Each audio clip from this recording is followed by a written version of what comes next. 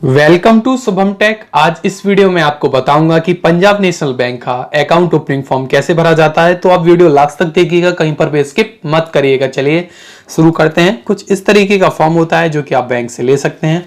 सबसे पहले आपको डेट लिखनी होती है, डेट हम फिल कर देते हैं। डेट आपको फिल करने के बाद आपको अपनी यहां ब्रांच लिखनी होती है।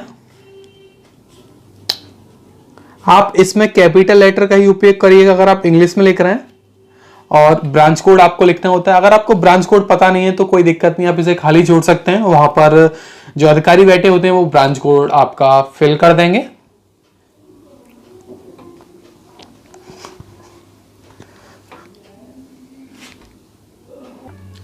अब यहां पर ऑप्शन होगा आवेदन का प्रकार, तो आपको जो फर्स्ट वाला ऑप्शन है वो चूज कर लेना है, न्यू, ऐसे टिक कर देना है। देन जो customer ID, account number, CKYC number, ये आपको खाली छोड़ देना है। ये केवल बैंक के जो अधिकारी गण हैं वो भरेंगे होती है। फिर तो आप यहां मिस्टर लिख दीजिएगा, MR डॉट, और अपना नेम।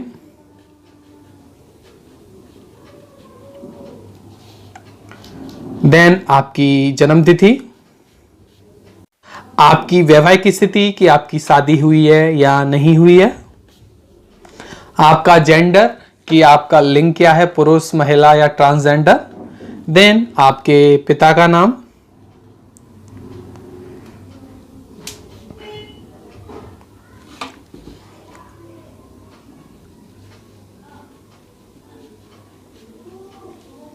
आपकी माता का नाम,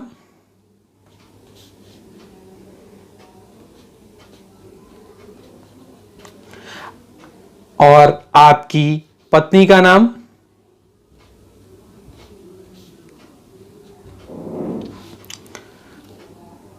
देन अब ये सारा जो आपकी पर्सनल इंफॉर्मेशन है यहां तक फिल हो चुकी है।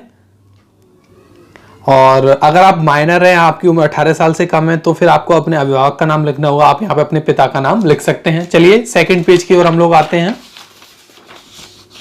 अब आपको अपनी नागरिकता भरनी है, तो आपको यहां पहला टिक कर देना है, भारतीय, कुछ इस प्रकार से। देन आपकी आवासीय स्थिति, तो आप इस पे कर दीजिएगा। अब आएगा ऑक्यूपेशन क्या है आपका। अगर आप सर्विस करते हैं तो सर्विस पे टिक कर सकते हैं। अगर आप स्टूडेंट हैं तो छात्र पर टिक कर सकते हैं। अगर आप और फिर अगर आप गवर्नमेंट सेक्टर में काम करते हैं तो आपको यहाँ राज्य सरकार के साथ काम करते हैं तो आपको इस पर टिक करना है। केंद्र सरकार के साथ काम करते हैं तो आपको इस पर टिक करना है, अन्यथा अन्य पर टिक कर देना है। अगर आप कोई व्यापार करते हैं तो आपको उसी प्रकार ये चूज कर लेना है। आपकी वार्षिक आय लिखी जाएगी।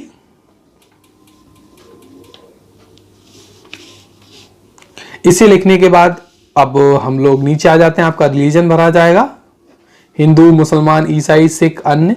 आपका वर्ग भरा जाएगा, जनरल, OBC, ST, ST, जो भी आपका हो आप ऐसे टिक कर सकते हैं। अब ग्राहक का प्रकार चुना जाएगा।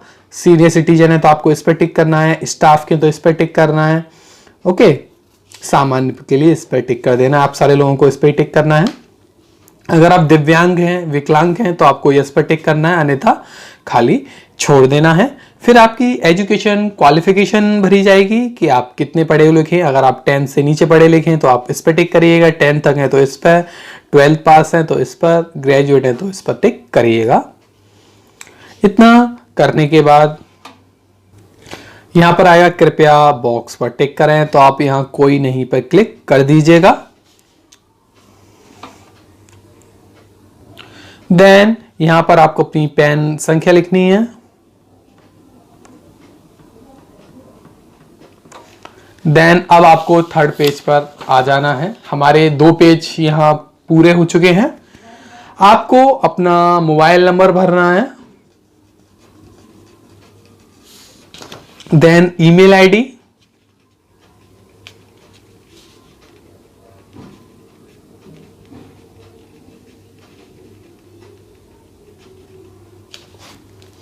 कुछ इस प्रकार। अब पहचान प्रमाण, तो आपको क्या है कि कुछ डॉक्यूमेंट्स लगाने होंगे जब आप अकाउंट खुलवाते हैं। तो अब passport, voter ID, driving licence, Aadhaar card. तो जो आप जमा करना चाहते हैं वो 2 डॉक्यूमेंट जमा कर सकते हैं। तो मैं यहाँ अपना आधार कार्ड और अपना ड्राइविंग लाइसेंस लगाऊंगा। जारी करने की तिथि मैं यहाँ लिख देता हूं, और अगर समाप्ति तिथि भी लिखनी होगी तो यहाँ पे मैं आधार कार्ड लगा रहा हूँ तो मुझे लिखने की जरूरत नहीं है। और पते के प्रमाण में आप यहाँ पे फिर से UIDI लिख दीजिएगा, और जारी करने की तिथि जो भी जब जारी किया गया हो आपका आधार कार्ड वो तिथि आप लिख सकते हैं, और ये आपको खाली छोड़ देना है, इसमें लिखने की कोई आवश्यकता आपको नहीं है। अब पते का प्रकार में आपको आवासीय कर देना है, और अपना जो एड्रेस है वो यहाँ पर फिल कर देना है।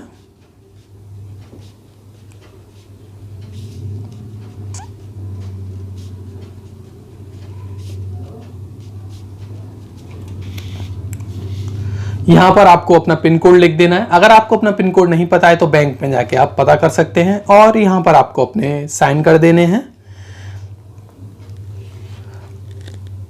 कुछ इस प्रकार, जैसे भी आपके साइन हो। अब यहां पर आपका आवासीय पता भरा जाएगा, तो आप ऐसे टिक कर दीजिएगा और यहां लिख दीजिएगा सेम एज अबव, अगर आपका सेम है।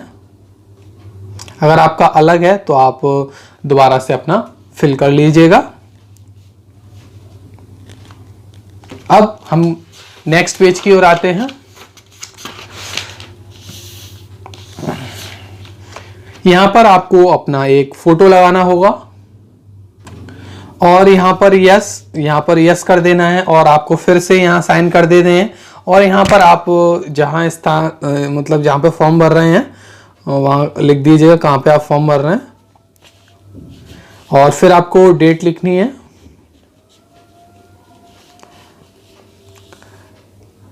अब यहाँ पे आपको और कुछ नहीं करना है, जो यहाँ पे है वो जो बैंक स्टाफ है वो भरेंगे यहाँ। चलिए अब हम अगली पेज की ओर आते हैं। यहाँ पर फिर से आपको डेट लिखनी है। अब जो ऊपर का ऑप्शन है वो आप खाली छोड़ दीजिएगा, ये बैंक के जो कर्मचारी हैं वो भरेंगे।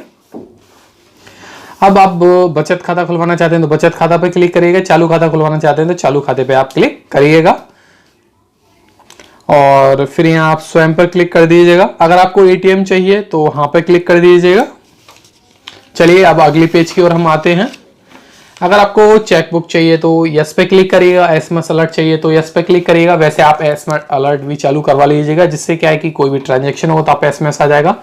इंटरनेट बैंकिंग भी काफ़ी आवश्यक है, तो आप इस पर भी क्लिक कर दीजिएगा।